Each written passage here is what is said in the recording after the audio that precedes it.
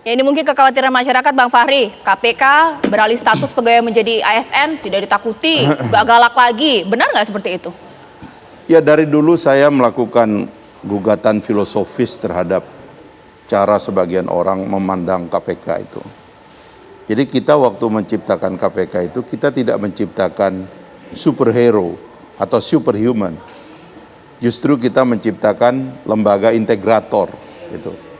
Makanya seharusnya produknya itu adalah sistem integritas nasional yang merupakan pekerjaan sistemik untuk membangun fondasi integritas nasional, membangun tiang-tiang integritas nasional dan membangun atapnya gitu. Makanya kalau kita baca pasal-pasal pendahuluan di Undang-Undang KPK yang sekarang masih ada, itu adalah tugas KPK itu adalah koordinasi, supervisi, dan monitoring. Itu tugas utamanya. Bahkan disebut di situ juga di pasal-pasal awal itu tentang definisi daripada pemberantas korupsi itu kan, karena KPK itu Komisi Pemberantas Korupsi. Kata pemberantas itu adalah serangkaian tindakan pencegahan gitu. Jadi sebenarnya yang kita mau buat ini sebenarnya pencipta harmoni institusi yang berasal dari tradisi otoriter yang korup ya, power tends to corrupt, absolute power corrupt absolutely, ini pindah menjadi check and balance system gitu loh. Sehingga yang kita ciptakan tahun 2002 sebenarnya itu adalah dengan maksud menjaga koordinasi, supervisi dan monitoring terhadap lembaga, sehingga muncullah orkestra supaya korupsi kita hadapi bersama-sama dalam transisi ini gitu loh. Jadi semata-mata kita tidak menciptakan satu lembaga jagoan, itu keliru tuh cara berpikirnya dari awal. Jadi sebagian pihak yang ingin menciptakan public hero, jagoan, ya kan? Kalau di dalam filmnya Marvel pokoknya jago-jago inilah kira-kira begitu. Itu keliru cara berpikirnya. Justru yang diperlukan adalah tenaga yang bisa mengorkestrasi bahwa pada semua lembaga harus ada perbaikan. Dan caranya adalah koordinasi, supervisi, monitoring. Bahkan saya pernah mengusulkan KPK harusnya berkoordinasi rutin dengan presiden. Bahkan saya pernah mengatakan KPK harusnya menjadi semacam wakil presiden kedua, sehingga dia bekerja sama dengan presiden untuk menata sistem. Sebab ongkos satu kursi pimpinan KPK itu, kalau kita hitung ya 5 komisioner tuh biaya panselnya itu sekitar 800 juta. Jadi satu kursi itu ya 100 juta lebih. Tapi harga satu kursi presiden itu 25 triliun.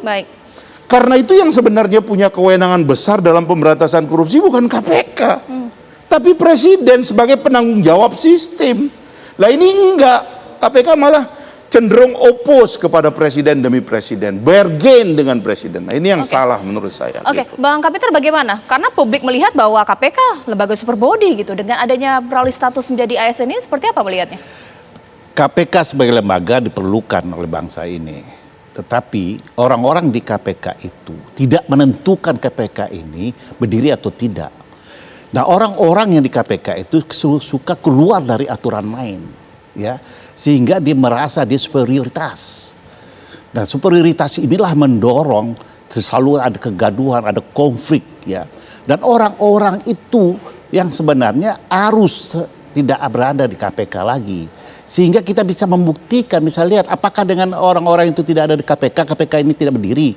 Siapa bilang KPK ini milik negara? Bangsa ini yang mendirikan KPK, dan KPK itu satu lembaga dan tidak tergantung pada orang.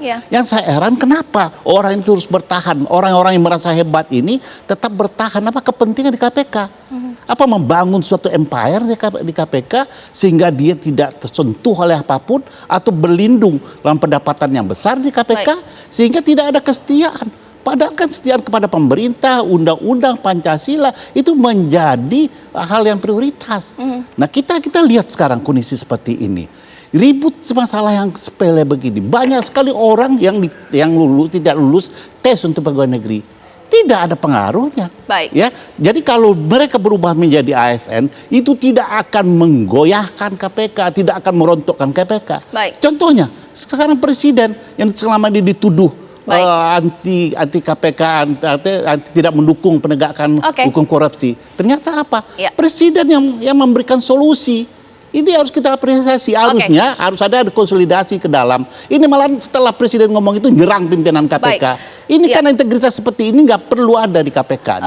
Pak Kudri, sekarang berikan kesimpulan dalam dialog kita bahwa karena logika yang terbentuk di masyarakat bahwa pengalih status menjadi ASN dari KPK justru melemahkan KPK sebagai lembaga. Bagaimana menurut pendapat Saya kira Bapak? harus dibedakan antara fungsi dengan status.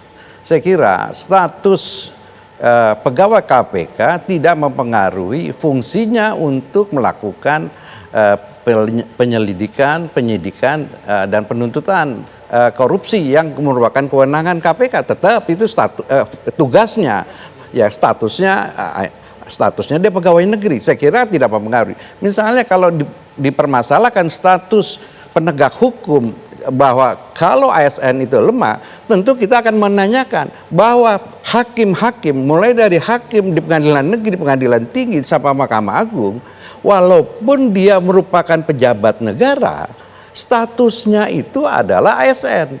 Apakah kita sekarang menanyakan bahwa berarti karena hakimnya itu ASN berarti melemahkan korupsi? Kan tidak, padahal pengadilan itu adalah muara dari penindakan. Nah, satu lagi Mbak Caca, bahwa KPK ini adalah kerja kolektif. Baik.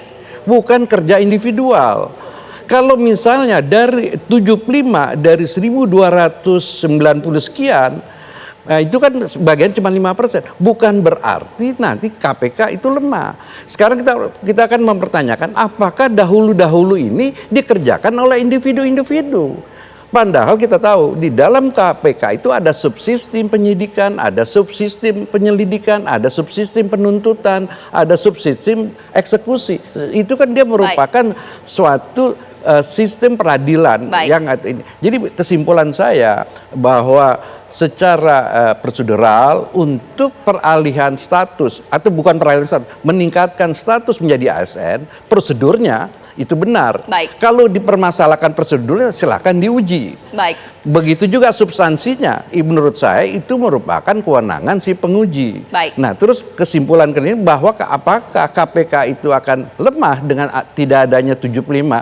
Itu saya kira tidak. Itu bisa juga itu membuatkan pegawai yang lulus itu kan menjadi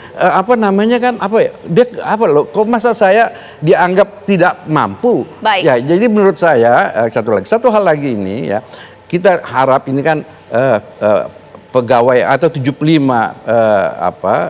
pegawai KPK yang dimasalahkan ini, dia ini kan akrab dengan hukum. Saya kira melaluilah prosedur hukum. Baik. Ya, jangan melakukan polemik di ruang publik. Baik, Pak Kudri. Ya.